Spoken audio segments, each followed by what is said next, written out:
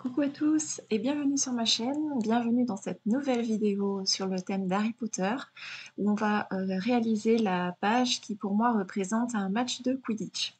Alors avant de commencer ce tuto, je l'ai suivi de la chaîne de Tanu Créative, vous retrouverez le lien de sa chaîne dans la barre d'infos ainsi que toutes les dimensions des papiers que j'ai dû bien sûr adapter à mon projet.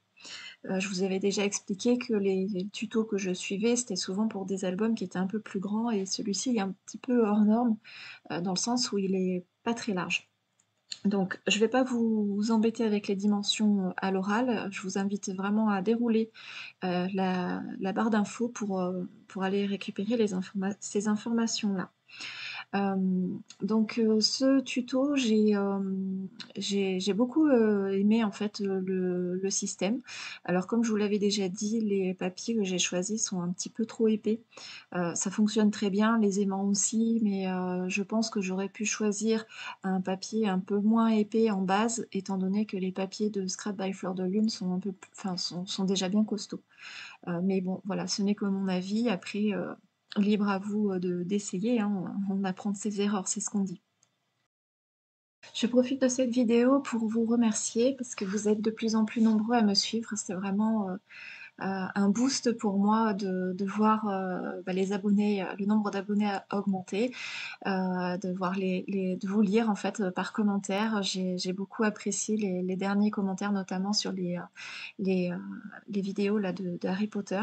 Ça fait vraiment plaisir et ça me redonne un peu, confiance en moi sur la gestion, enfin de continuer la gestion de cette chaîne. Hem, donc voilà, alors qu'est-ce que j'avais noté d'autre? Donc oui, cette page pour moi fait référence à un match de Quidditch. Je l'avais, imaginé autrement, je voulais mettre, une sorte de compteur amovible, mais je voyais vraiment pas comment je pouvais faire et surtout, avec ce que j'avais comme matériel, ça aurait représenté plus grand que la page. Donc je vous rappelle les pages.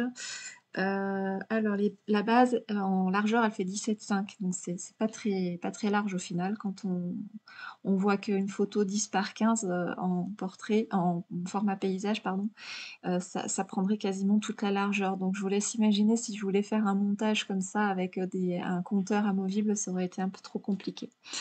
Mais bon voilà, je me le garde dans un coin de ma tête et j'y réfléchirai peut-être pour un autre album. Alors pour, cette vidéo, ça va être assez rapide. J'ai essayé d'accélérer un maximum, surtout que là, il y a quand même beaucoup de collages. J'ai aussi avancé les papiers à l'avance, les découper, les plier.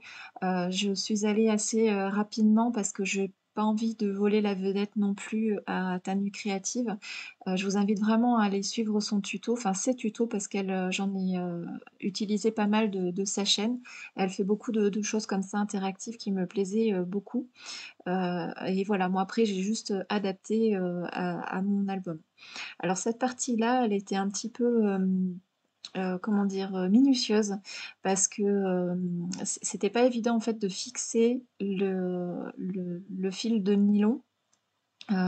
Donc c'est tout simplement, je vous explique rapidement, ce sont 2 motifs en recto verso, qui étaient dans les die cut donc de la collection de Scrap by Fleur de Lune et j'ai utilisé cette technique que j'avais, utilisée, dans l'album rond marin. C'était, je voudrais pas vous dire de bêtises sur son prénom, qui, nous l'avait, fait en tuto et j'avais bien aimé ce système un peu qui bougeait et là je trouvais que c'était absolument parfait, pour représenter le Vif d'Or en mouvement. Alors j'ai eu un peu de soucis, c'est pour découper le rond, au centre puisque, j'avais déjà collé, mes papiers et comment dire? Pour, découper le rond, du craft, c'était pas trop gênant s'il était pas trop centré. Après, il fallait vraiment centrer le papier à motif et c'est là où j'ai rencontré un peu plus de soucis. Mais bon, ça s'est quand même fait, j'ai collé à peu près droit.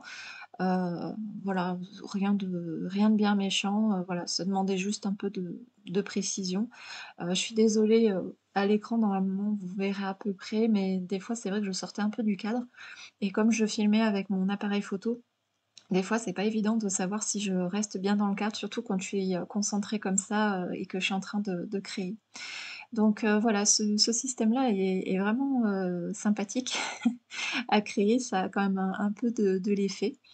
Hem, donc voilà, je profite aussi de la vidéo pour, vous dire si vous n'êtes pas encore abonné, si le contenu vous plaît, n'hésitez pas à liker la vidéo déjà, à me laisser un petit commentaire parce que ça me fait toujours vraiment très plaisir de vous lire et de vous abonner à la chaîne si c'est pas déjà fait pour pouvoir, ne plus louper les prochaines publications, de vidéos. Voilà, pour le reste, rien de bien particulier pour, ce montage. J'ai juste, fait une fente dans le papier à motif pour pouvoir, cacher le rabat dessous et ce qui me permet aussi déjà, comme je vous l'ai déjà répété plusieurs fois, de pas trop, cacher le papier, à motif parce que je le trouve vraiment très joli et puis en plus, ça me permet de laisser une place photo, cachée, à la limite.